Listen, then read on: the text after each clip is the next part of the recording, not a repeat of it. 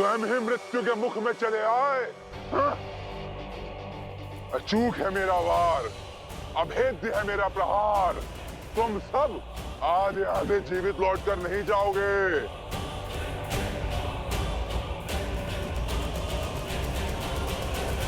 जय श्री राम।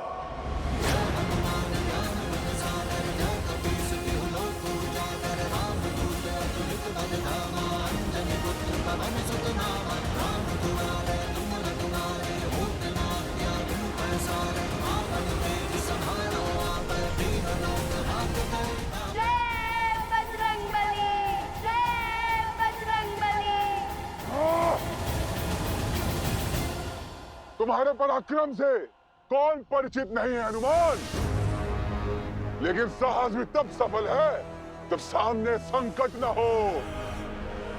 वाह, तुम्हारे हर वार का मूल्य ये निर्दोष चुकाएंगे।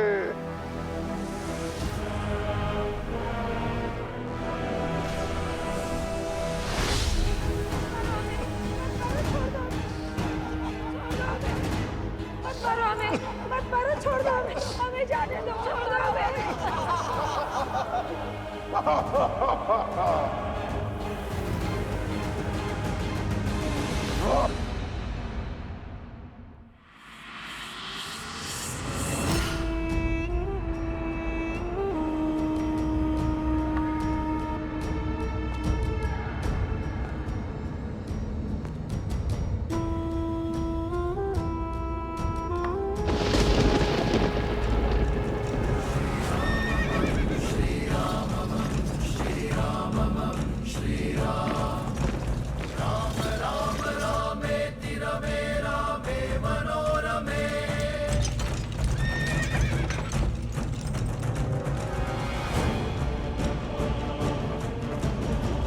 आओ राम, आओ। बहुत प्रतीक्षा कर ली मैंने, अब प्रहार करूंगा। सहस्त्रमुख। अति उत्तम राम, अपनी मृत्यु को पहचान गए। हाँ, मैं सहस्त्रमुख हूं, वही सहस्त्रमुख जिसने अयोध्या के सुख को छिन भिन्न किया, बिना अस्त्र उठाए पूरे कौशल राज्य को धराशायी किया। वही सहस्त्रमुख जिसने तुम्हें विजय का उत्सव तक मनाने नहीं दिया।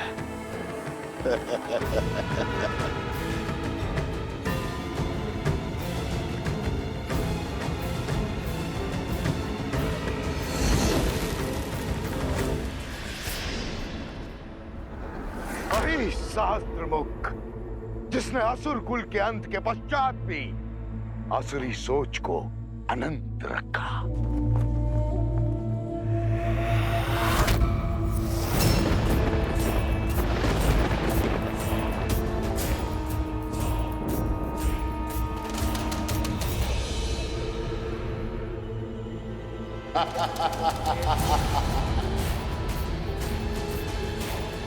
अकेले आने का निर्णय उत्तम था तुम्हारा राम। कम से कम तुम्हारी सेना तो संघार से बच गई, किंतु रक्त से प्यासी मेरी सेना को तो अब केवल रघुनंदन के रक्त से ही प्यास बुझानी होगी।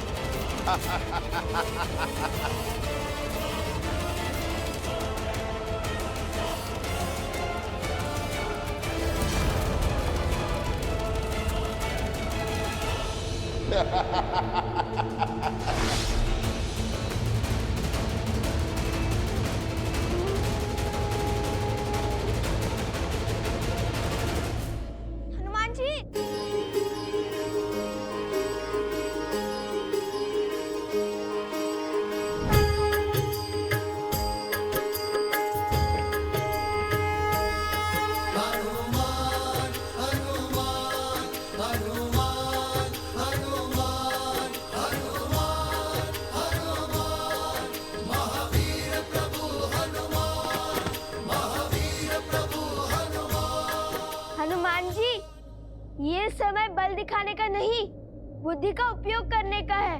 शत्रु को उसकी जीत का आभास दिलाने का है।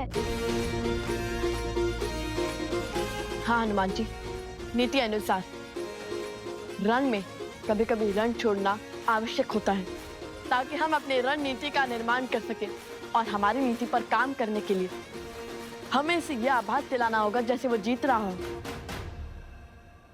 और जैसे ही वो तनिक भी असावधान होगा, हम अवसर का लाभ उठाकर उसे उसके अंत तक पहुंचा देंगे।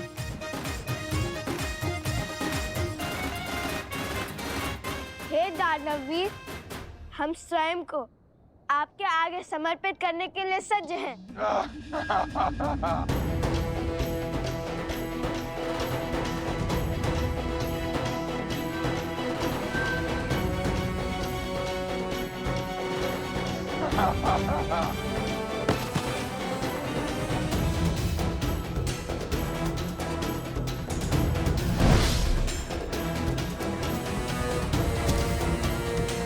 जय श्री राम।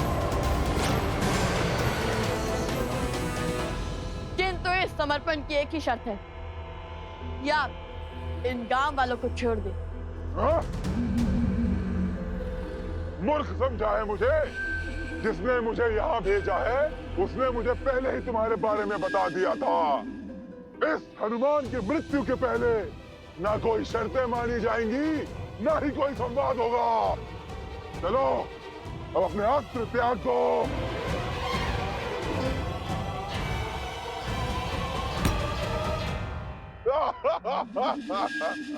लो मित्र, आज मेरे अध्याय का अंत कर ही दो। मैं तो हार गया हूं तुम जैसे असुरों को समझा समझा कर। बस अब और नहीं। तथास्तु। अब अगला वार तुम्हारी मृत्यु का कारण बनेगा हनुमान।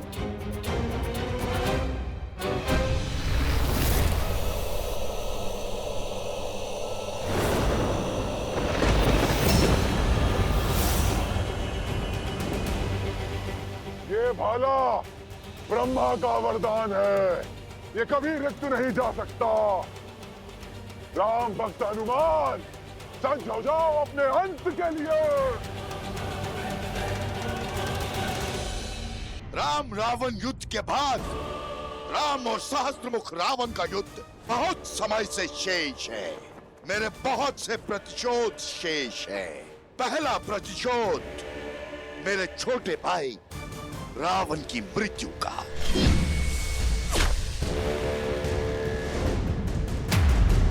दूसरा प्रतिशोध मेरे पुत्र चंद्रबाहु के वध का। तीसरा प्रतिशोध मेरी बहन शूर्पणखा के अपमान का।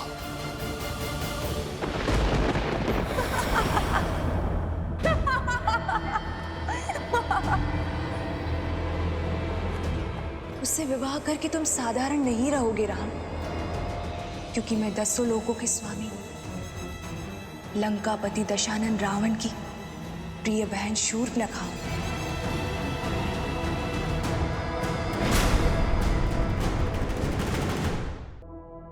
कुछ स्मरण आया राम? मैं वो शूर्पणखा हूँ जिसके सम्मान को तार तार कर दिया था तुमने और तुम्हारे उस भाई ने। तुमने अपने छल से मेरे भैया दशानन लंकेश रावण का बल तोड़कर उन्हें मार दिया था और मुझे सदा सदा के लिए अकेला कर दिया था। और देखो आज इस युद्ध भूमि पर तुम अकेले खड़े हो।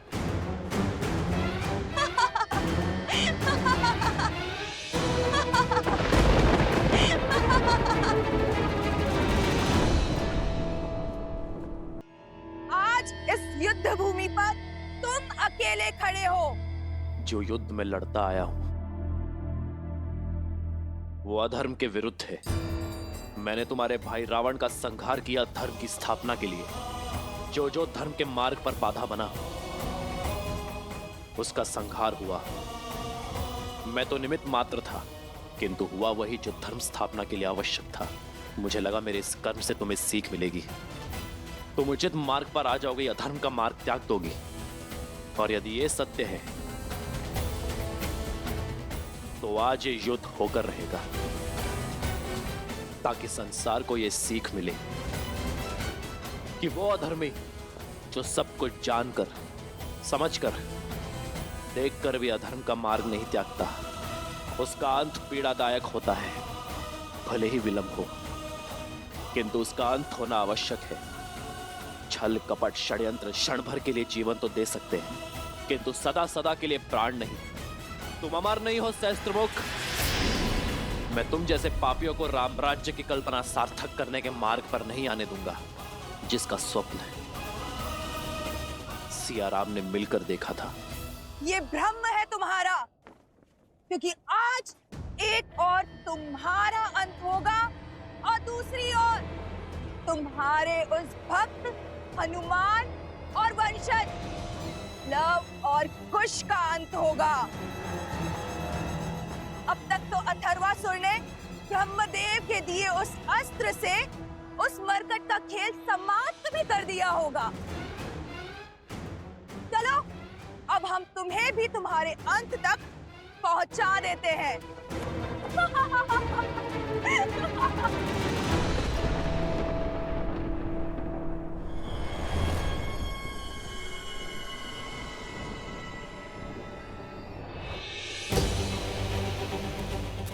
लवकुश, सावधान।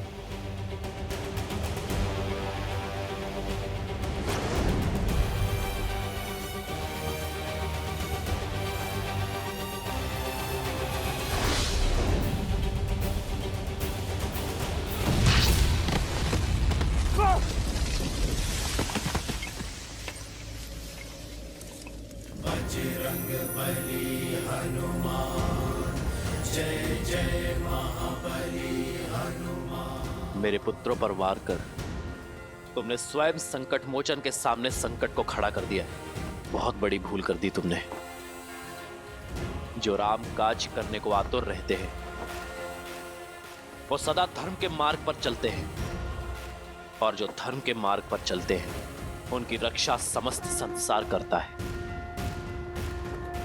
स्वयं ब्रह्मदेव करते हैं।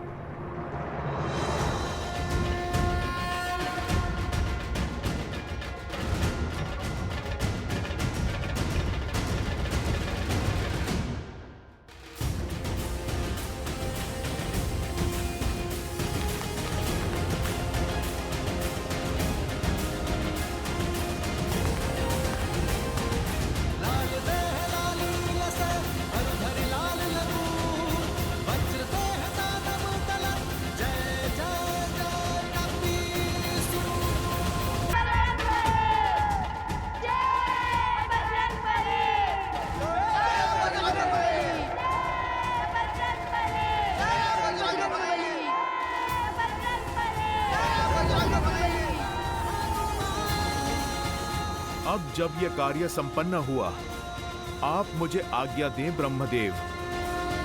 जय श्री राम।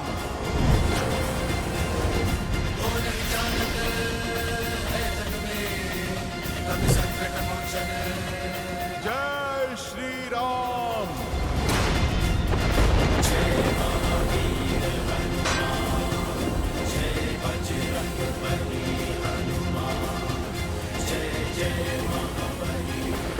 अंतिम अवसर दे रहा हूं सहस्त्रमुख। अस्त्र त्याग कर धर्म का मार्ग चुन लो। तो तुम हमें अधर्म का पथ चुनने का दंड दोगे? तुम और वो मरकट हनुमान? कैसे राम, कैसे? जिसके हाथों मेरा अंत संभव ही नहीं, वो मुझे भला क्या दंड देगा?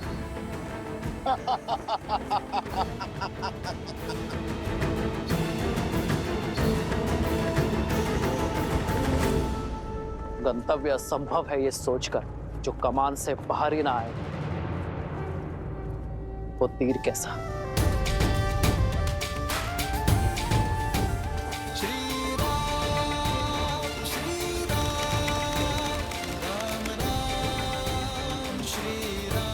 वार्ता और अवसर का समय समाप्त हुआ।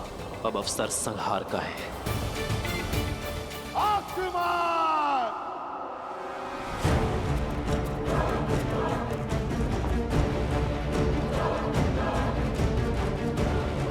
अंत कर दो इसका, सर्वनाश कर दो शत्रु का, इस राम का न्याय समाप्त करो।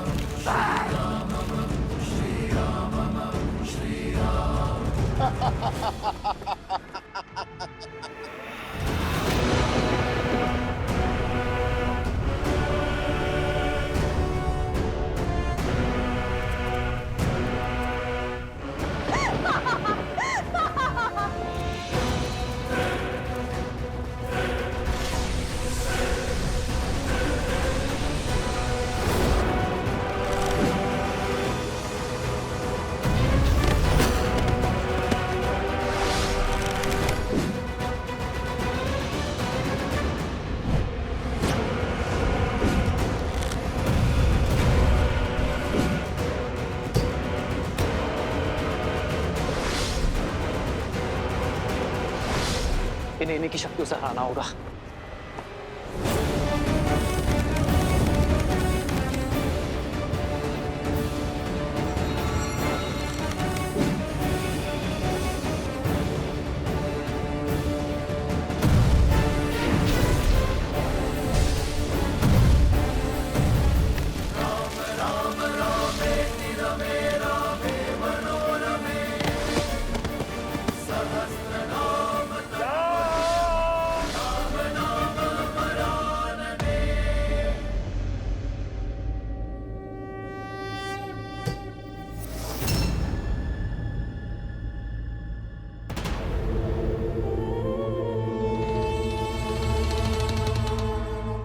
जाओ बानासुर।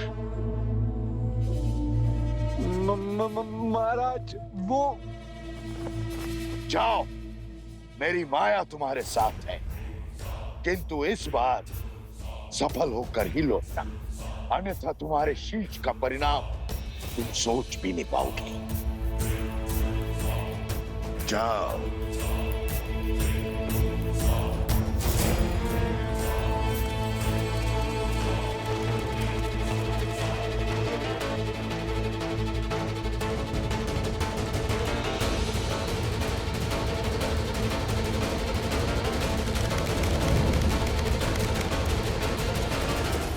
गरुड़ास्त्र।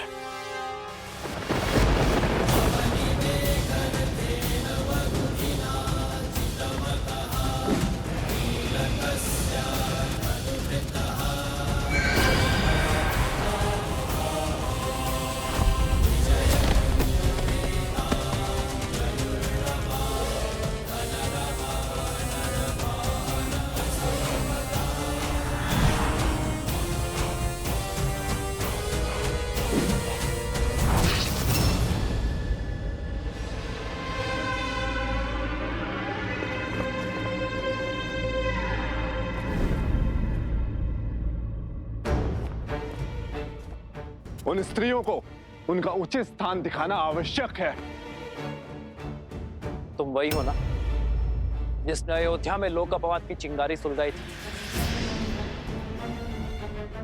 अब दूसरी टुकड़ी को भड़काने की बारी है। तुम्हारी ऊर्जा का आभास मैं अयोध्या में कर चुका। तुम मेरी अबोध अयोध्या की प्रजा को अपने मायाजाल में फंसा सकते हो, उन्हें वर्गला सकते हो, किंतु मुझे नहीं।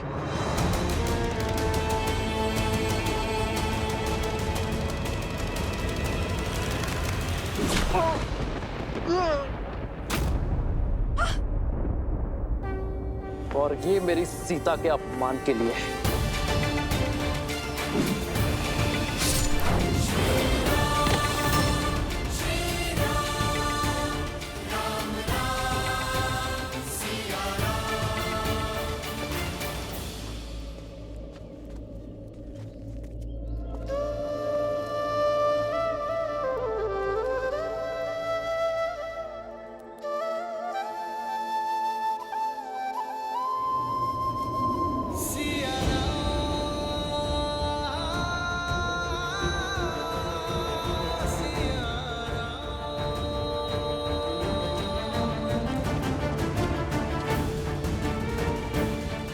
भाभी माँ, आपके मुख पे चिंता, सब ठीक तो है ना?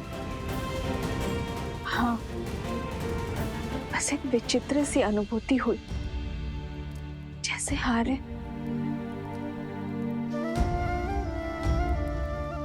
ये अनुभूति अनिवार्य है। अपने प्राणों की प्रतीक्षा जो कर रहा है हमारा राम। केवल भैया ही नहीं माता, पूरी अयोध्या आपकी बाट जो रही है भाभी माँ, पल के बिछाए आपकी प्रतीक्षा कर रही है। अवश्य, अब उन्हें और प्रतीक्षा करवाना उचित नहीं। माता, आप भाभी माँ को चलने के लिए सज्ज कीजिए। इन्हें वनवासिनी से अयोध्या की महारानी बनाइए। चलो पुत्री।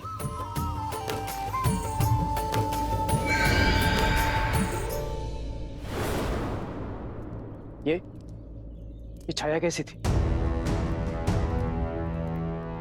कोई पक्षी होगा भरत भैया। चलिए हम नहीं लक्ष्मण, ये कोई पक्षी नहीं था। ये जो कोई भी था अयोध्या की ओर जा रहा है। लवकुश और हनुमान जी कहाँ हैं? अभी तक पहुंचे नहीं। ये तो टूट गया।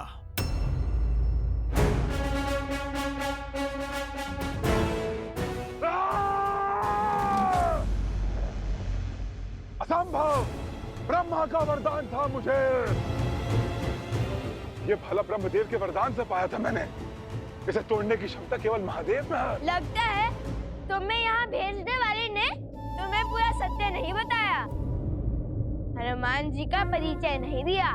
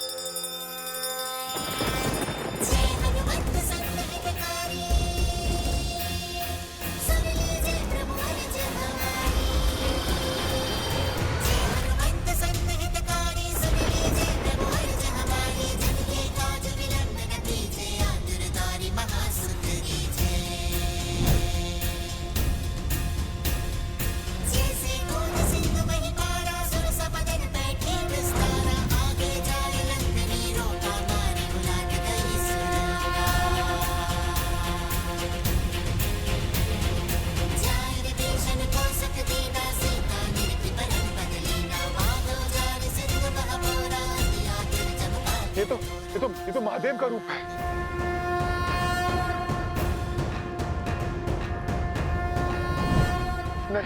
नहीं, ये सत्य नहीं, ये छल है, ये छल है। जय श्री राम। जय हनुमान ज्ञान गुण सागर, जय कपीस तिहु लोक उजागर, राम दूत अतुलित बल धामा, अंजनी पुत्र पवन सुत नामा, राम दुआरे तुम रखवारे, होत न आज्ञा बिनु पैसारे, आपन तेज समारो आपे, तीनों लोक हाथ करे कापे।